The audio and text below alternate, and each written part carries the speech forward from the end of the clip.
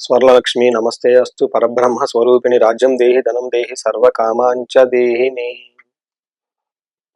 2026 సంవత్సరంలో ఫిబ్రవరి మంత్ లో సింహరాశి వారికి ఎలా ఉందో మనం చూద్దాం. తెలుసుకునే పోయే ముందు ఫస్ట్ ఫిబ్రవరి మంత్ కి సంబంధించి రెండు ముఖ్యమైన విశేషాలను జ్యోతిష శాస్త్రం ప్రకారం. ఒకటి, ఈ శుక్రమూఢం ఏదైతే నడుస్తూ ఉందో ఇది 13వ తారీఖు నుంచి క్లోజ్ అవుతుంది. అక్కడ నుంచి ముహూర్తాలు స్టార్ట్ అయిపోతాయి. పెళ్లిళ్ళకి, గృహప్రవేశాలకి అన్నిటికీ అనుకూలమైన టైం అని మనం తెలుసుకోవాలి. రెండోది, ఫిబ్రవరి 15వ తారీఖున మహాశివరాత్రి పండగ దినం ఉంది. ఈ పర్వదినం సందర్భంగా ప్రతి ఒక్కళ్ళు ఎంతో నియమగా, నిష్టగా, భక్తిగా, శ్రద్ధగా ఈ పండుగ జరుపుకోవాలని చెప్పేసి, మీ యొక్క జాతక చక్రంలో ఉన్న గ్రహ దోషాలను పోవాలని చెప్పేసి నేను కోరుకుంటూ ఉన్నాను. ఈ టైంలో ఫిబ్రవరి మంత్ లో ఇలా ఉత్సాహంగా, ఆనందంగా ఉండి ఫిబ్రవరి మంత్ లో సింహరాశి వారికి ఎలా ఉందో తెలుసుకుందాం.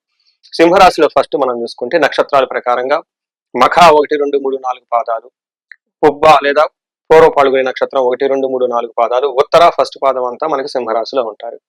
పేరు బలం ప్రకారం మనం చూసుకుంటే మా, మీ, ము, మే, తా, తా, తి, తో అన్న లెటర్స్, టీ, టు, తో అన్న లెటర్స్ అంతా కూడా మనకి ఇందులో ఉంటాయి. ఒకసారి లెటర్ చూసుకుంటే మా, మీ, ము, మే, మో, టా, టీ, టూ, టే అన్న లెటర్స్ అంతా కూడా మనకి ఈ సింహరాశిలో ఉంటాయని గమనించుకోవాలి. గ్రహస్థితి మనం గమనించుకుంటే వీరికి 3వ తారీఖు నుంచి 3వ తారీఖున బుధుడు మారుతూ ఉన్నారు, 13వ తారీఖు సూర్యుడు మారుతూ ఉన్నారు, 6వ తారీఖు శుక్రుడు మారుతూ ఉన్నారు, 23వ తారీఖు కుజుడు మారుతున్నారు. అంటే ఆల్మోస్ట్ ప్రతి ఒక్క ఆల్టర్నేటివ్ వీక్ గా అవి ఒక్కొక్క వీక్ కి గ్రహాలు మారుతూ ఉన్నాయని మనం గమనించాలి. ఈ యొక్క గ్రహాల మార్పు మనం పరిగణనలోకి తీసుకుంటే సింహరాశి వారికి ఎలా ఉంటుందంటే దాదాపు ఒక 70-75% వరకు చాలా అనుకూలంగా ఉంది. మిగతా 25% అంత పెద్ద ట్రబుల్స్ అయితే క్రియేట్ చేయదు, కానీ కొంచెం జాగ్రత్తగా ఉండటం ఎంతైనా అవసరం.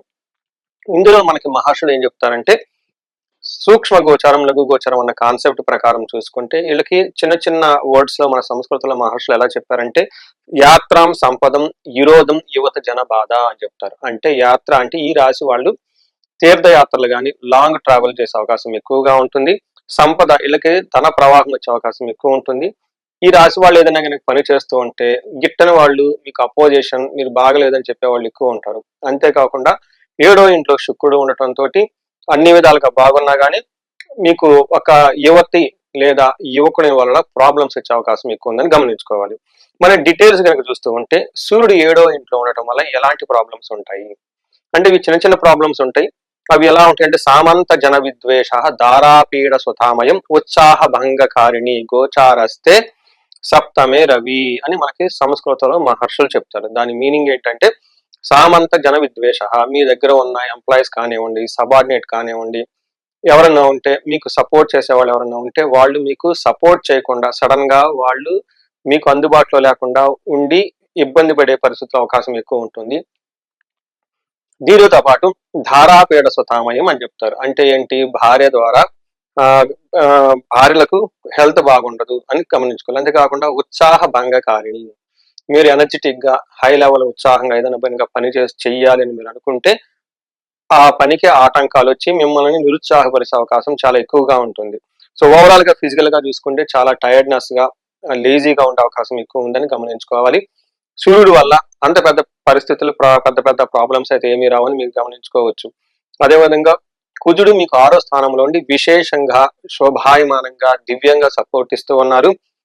మనకి మహర్షుల సంస్కృతంలో ఏం చెప్తారంటే, 6వ స్థానంలో కుజుడు ఉంటే విపరీతంగా కలిసి వస్తుంది, సపోర్ట్ వస్తుంది, మంచి జరుగుతుంది. ఏ ప్రకారంగా అంటే, వస్త్ర లాభం, ధాన్య లాభం, ధన లాభం, యశోతరహ, ఉల్లాసో ధర్మ సిద్ధి, షష్టమస్తే భవేత్ కుజ అని మనకి మహర్షులు చెప్తారు. దీని ప్రకారం ఏంటి, మనకు వస్త్రలాభం, షాపింగ్ చేసుకుంటూ ఉంటాం, ఆరోగ్యం బాగుంటుంది, ధనం చక్కగా వస్తుంది, రైతులకు పంట దిగుబడి వస్తుంది, కీర్తి ప్రతిష్టలు ఉంటాయి, మనసంతా చాలా ఉత్సాహభరితంగా ఉండి ధర్మ సిద్ధి అంటే మీరు మంచి ఉద్దేశంతో ఏదైనా కనుక పని చేస్తే ఆ పనిలో మీకు సక్సెస్ వస్తుందని గమనించుకోవాలి. సో ఈ ప్రకారం ఏ ప్రకారంగా చూసుకున్నాను, కుజుడు మీకు మంచి వాతావరణాన్ని ఇస్తూ ఉండే అవకాశం ఎక్కువగా ఉంటుంది. అకైన్ కుజుడు మీకు కొంచెం హెల్త్, పర్టికులర్ గా బాడీ టైర్డ్ గా ఉండటం, ఓవర్ హీట్ చేయటం, కాఫ్, కోల్డ్ ఇలాంటివి వచ్చే అవకాశం ఎక్కువ ఉంటుందని గమనించుకోవాలి.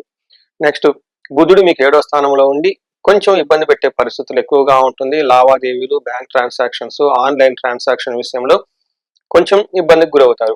శుక్రుడు మీకు ఏడో స్థానంలో ఉండి మిక్స్డ్ రిజల్ట్ ఇస్తూ ఉంటారు. ఒక సందర్భంలో మీకు లవ్, రొమాన్స్, ట్రావెల్, ప్లేజర్స్ ఇట్లాంటి విషయాల్లో మీకు చక్కగా బైక్ డెకరేట్ చేసుకోవటం, అలంకరణ చేసుకోవటం, డిగ్నిటీగా ఉండటం, ఇలాంటి పనులని చక్కగా చేసుకుంటూ ఉంటారు.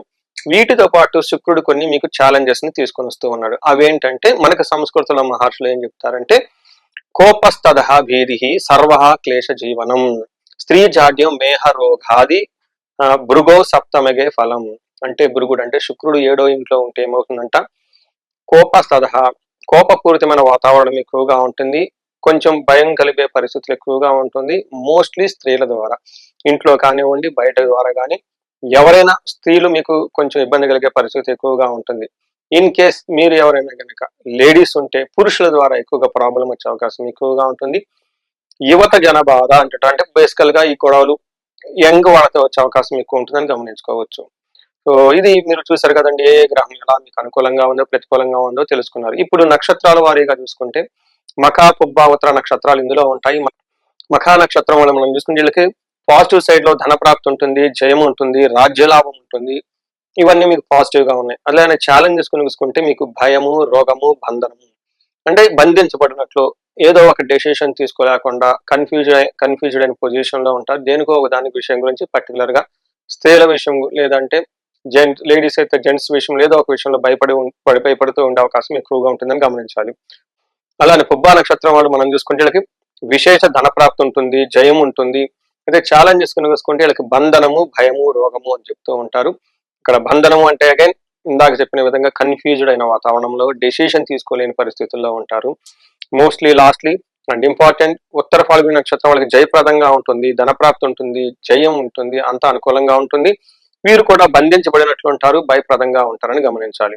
ఉత్తర ఫాల్గుని నక్షత్రం వాళ్ళు ఇంకొక ముఖ్యమైన విషయం, రైతులు ఎవరైతే ఉంటారో వాళ్ళకి పశు నాశనం అని చెప్తూ ఉంటారు. ఇంకా సిటీలో టౌన్ లో ఎవరైనా ఉంటే వాళ్ళకి పశువులు ఉండవు కాబట్టి వాళ్ళకి వెహికల్స్ కానీ సపోర్టింగ్ సిస్టమ్స్ కానీ టీవీ, ఇంటర్నెట్ ఎవరైనా కనుక మీకు వేరే సపోర్ట్ రిసోర్స్ ఏమైనా ఉంటే మీకు అభివృద్ధికి కారణమైన వాటి ద్వారా మీకు ఇబ్బంది వచ్చే అవకాశం ఉందని గమనించాలి.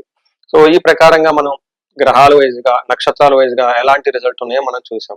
ఇప్పుడు ఈ రాశి వాళ్ళకి పరిహారాలు చూసుకుంటే ఈ రాశి వాళ్ళకి దీర్ఘకాలికంగా అష్టమ శని నడుస్తూ ఉండటంతో వృధాగా అనవసరమైన గొడవలు, టెన్షన్లు వస్తూ ఉంటాయని గమనించాలి. వీరికి శనికి సంబంధించిన సంపూర్ణ శాంతి పూజలు అనగా జపము, దానము, హోమము, తర్పణం ఇవన్నీ చేసుకోవడం చాలా ఇంపార్టెంట్. ఇవి మీరు చేసుకోలేరు కాబట్టి మీ దగ్గరలో ఉన్న బ్రాహ్మణోత్తములని, పండితులని వాళ్ళ దగ్గరికి వెళ్ళి వాళ్ళు చేయమంటే చక్కగా మీ ప్లేస్ లో సంకల్పం తీసుకొని చేస్తారు. అంతేకాకుండా వీళ్ళకి మన్యు పాశుపత అభిషేకం చేసుకుంటూ ఉంటే కార్యజయం వస్తుంది. వీటితో పాటుగా ఈ రాశి వాళ్ళకి మీరంతా మీరు ఇంట్లో శని పిప్పలాద స్తోత్రం అని ఉంటుంది, ఉదయం సాయంత్రం చదవండి. హనుమాన్ చాలీసా చదవండి, చాలా చక్కగా ఉంటుంది.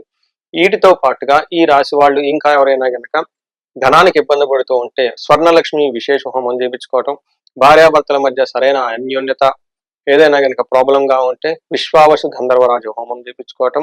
వీటితో పాటు ఇప్పుడు ఎగ్జామినేషన్ టైం కాబట్టి ప్రతి ఒక్కరికి ర్యాంక్స్ రావాలని కోరుకుంటారు, ఉత్తమ గ్రేడులు రావాలని కోరుకుంటారు. కొంతమంది అకాడమిక్స్ లో చాలా పూర్ పెర్ఫార్మెన్స్ తో సబ్జెక్ట్స్ అని బ్యాక్లాగ్ ఉండే అవకాశం కూడా ఉంటుంది.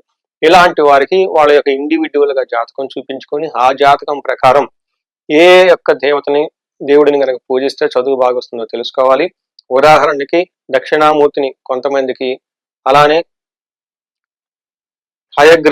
హయగ్రీవ స్వామి మహామంత్రాన్ని కొంతమందికి, నీలా సరస్వతి అమ్మవారి యొక్క మంత్రాన్ని, ధ్యానాన్ని కొంతమంది చేసుకుంటూ ఉంటే విశేషంగా వాళ్ళ అకాడమిక్స్ లో రావడానికి చాలా అవకాశం ఉంటుంది. ఇంకా ఎవరైనా చక్కగా చేసుకోవాలనుకుంటే ఈ పైన ఉదాహరించబడిన ముగ్గురు దేవతలకి జపాలు చేపించటము, దానాలు చేపించటము, పాశుపత అభిషేకాలు చేపించటం, హోమాలు చేపించడం చేస్తూ ఉంటే అకాడమిక్స్ లో ఖచ్చితంగా రాణించే అవకాశం ఎంతైనా ఉంటుంది. సో ఈ రాశి వారికి అష్టైశ్వర్యాలు కలగాలని, భోగభాగ్యాలు కలగాలని, అందరూ సుఖంగా ఉండాలని కోరుకుంటున్నాను. నమస్తే.